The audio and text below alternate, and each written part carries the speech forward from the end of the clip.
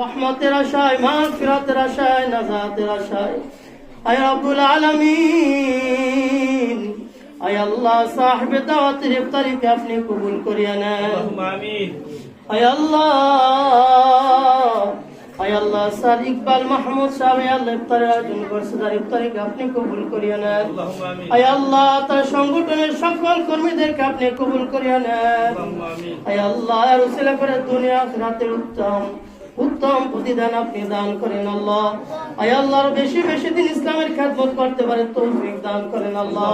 আয় আল্লাহ, তাদের সকলের সকল নেক আশা আপনি কবুল করিয়া নেন। আয় রব্বুল আলামিন, এই সংগঠনকে আপনি ব্যাপক করিয়া দেন আল্লাহ।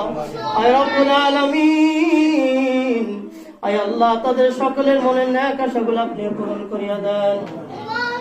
আয় রব্বুল আলামিন, আয় আল্লাহ, মনের উদ্যোক্তা আপনি তাকেও কবুল করিয়া নেন। আয় রব্বুল আলামিন, অনেকে দোয়া চেয়েছে আল্লাহ, প্রত্যেকের দোয়া আপনি কবুল করিয়া নেন।